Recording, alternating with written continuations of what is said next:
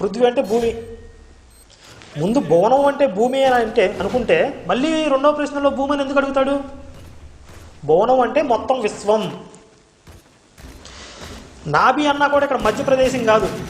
నాభి అంటే ఉత్పత్తి స్థానము, ఆధార స్థానము. ఎవరు అడిగినా కూడా ఉత్పత్తి స్థానాలను అడుగుతారు. మధ్యప్రదేశం ఏది, చివరి ప్రదేశం ఏది అని ఎవరు అడగరు. ఎందుకంటే ఈ మిగిలిన అంశాలన్నింటికీ కూడా ఉత్పత్తి స్థానాన్ని అడిగారు. నాభి అంటే ఆధారమైనది.